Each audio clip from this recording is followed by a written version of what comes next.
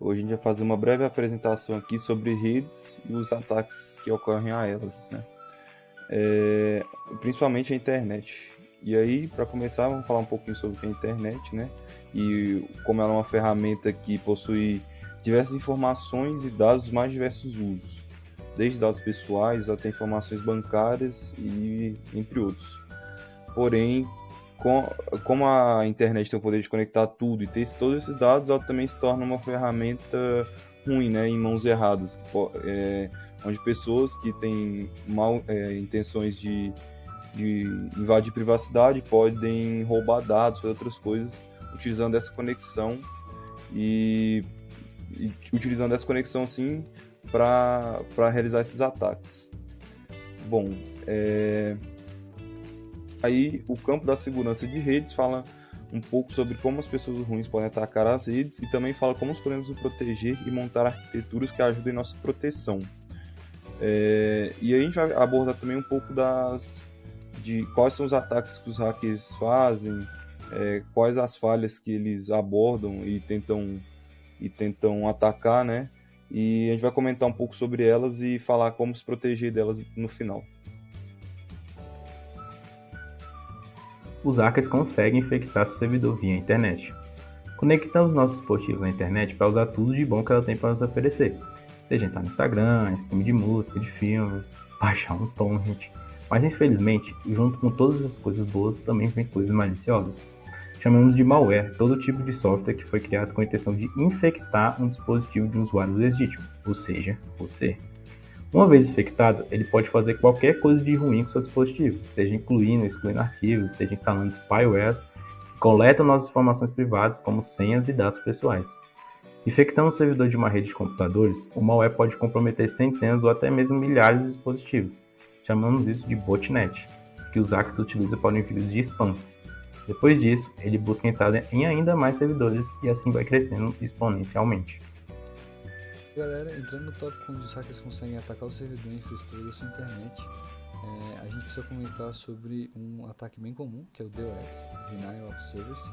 Esse ataque se resume onde um hacker consegue invadir o servidor e assim tornar esse servidor inacessível.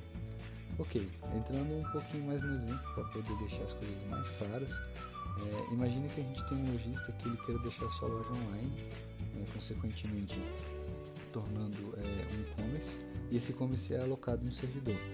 O hacker, conhecendo esse servidor, conhecendo a infraestrutura do servidor, ele consegue atacar o servidor e deixar o servidor inacessível. Então o lojista e os clientes não vão conseguir ter acesso ao servidor e o servidor pode até mesmo ser derrubado. Ok, mas como que isso acontece? Quais são os métodos? O primeiro método é ataque em vulnerabilidades. Então o hacker conhece as vulnerabilidades do servidor e consegue enviar pacotes e mensagens bem montadas para que esse servidor fique para esse servidor ou até mesmo derrube esse servidor. O próximo método é inundar a largura de banda de internet. Então o hacker ele manda uma quantidade muito alta de pacotes onde o servidor não consegue aguentar a quantidade de informações que chega. Ele sempre vai recebendo a quantidade certa que ele consegue aguentar, e os pacotes que chegam a mais, que são de usuários que estão mandando realmente dados para saber a resposta do servidor sobre esse dado, esse pacote é perdido, esse pacote é ignorado porque o servidor está lotado de pacotes, de informações. Então o servidor fica inalcançável, né? O próximo método é inundar o servidor com conexões TCP, conexões pela metade ainda. Então o hacker ele manda inúmeras conexões pela metade, conexões TCP pela metade, e o servidor ele para de aceitar qualquer outra conexão. Ele fica meio que o hacker monopoliza as conexões com o servidor. Então uma conexão legítima, um cliente querendo acessar a loja, ele não consegue porque está lotado de conexões que o hacker realizou. Ok, sabendo esses métodos, os lojistas conseguiram ainda se defender, porque quando esse ataque ocorre, diferente do que acontece nessa imagem, quando esse ataque ocorre é um computador para um servidor. Então esse servidor consegue descobrir quem que é o computador que está fazendo esse ataque e consegue acabar com o ataque.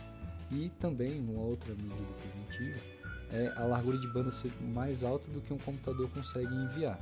Então, o computador, por mais que ele tente enviar o máximo de pacotes que ele consiga, ele não vai conseguir derrubar o servidor porque a largura é muito grande.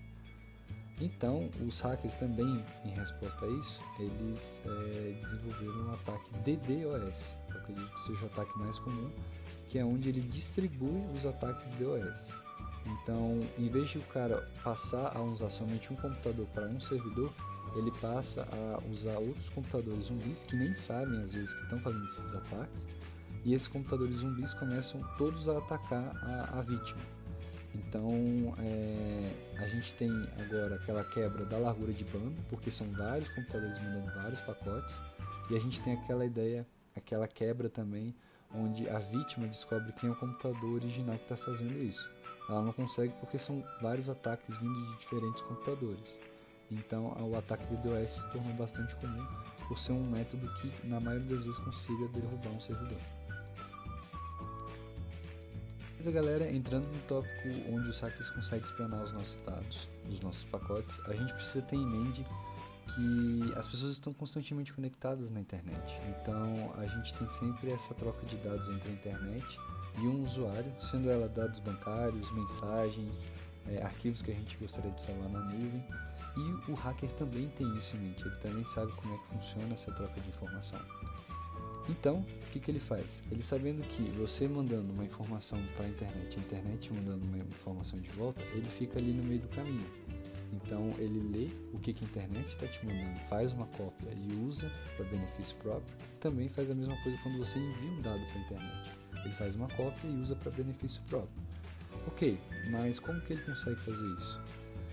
Ele consegue facilmente achar inúmeros softwares na internet que fazem essa leitura, que conseguem fazer essa leitura de dados de uma rede Wi-Fi ou até de um cabo físico, de um cabo LAN, e essa leitura faz uma cópia do dado que foi enviado, do dado que foi recebido, e de forma offline ele consegue ter acesso a esse dado. Então, para a gente poder se prevenir, ser algo mais preventivo, porque como ele está somente fazendo uma leitura, ele não está fazendo nenhuma mudança do dado, dificilmente a gente vai conseguir identificar que tem algum software malicioso dentro da nossa rede Wi-Fi, ou nossa rede LAN. Então, a gente precisa sempre estar criptografando os nossos dados. Então, quando um dado criptografado é enviado, ele vai receber uma cópia do dado criptografado, só que ele não vai ter a chave para descriptografar. E a mesma coisa vale para quando ele recebe da internet um dado criptografado. Esse dado, como você tem a chave e a internet, o servidor tem a chave, esse dado pode ser facilmente descriptografado, mas como ele não tem, como o hacker não tem essa chave, ele fica só com a criptografia e não fica com o dado de fato. Próximo tópico que a gente tem é: os hackers podem se passar por alguém que você confia. Os atacantes maliciosos podem se passar por qualquer contato de confiança, desde familiares até instituições financeiras. E eles podem fazer isso de diversas maneiras, que pode ser colocando um endereço parecido ou utilizando dados como fotos pessoais e outras coisas para se passar de outras pessoas, né? No Brasil isso é muito comum, de ocorrer principalmente esse golpe que o pessoal fala de WhatsApp, né? Golpe de banco também, que manda mensagem, e isso infelizmente ocorre muito aqui no nosso país. Para finalizar, algumas dicas para manter a segurança de seus dados. Baixe software atualizações apenas de fontes confiáveis. Preste muita atenção em todos os softwares adicionais que o programa indica durante a instalação. Evite aceitar tudo durante o processo, pois muitos softwares indicam a instalação de outras coisas adicionais, que mesmo que não tenha código malicioso, pode deixar seu computador mais lento e vulnerável. Instale um antivírus e mantenha-o sempre atualizado. A instalação de bom antivírus é um dos cuidados mais importantes a serem tomados para proteger seu dispositivo. A atualização do antivírus também é fundamental para garantir a proteção a longo prazo. Afinal, novas ameaças são inventadas a cada dia, e quem não se atualiza fica vulnerável. Não utilize redes públicas para fazer transação de dados.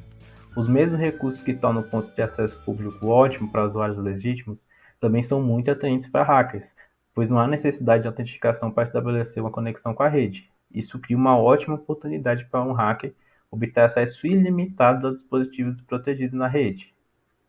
E para finalizar, use senhas complexas e difíceis de serem burladas. Quanto mais forte for sua senha, mais difícil vai ser burlar.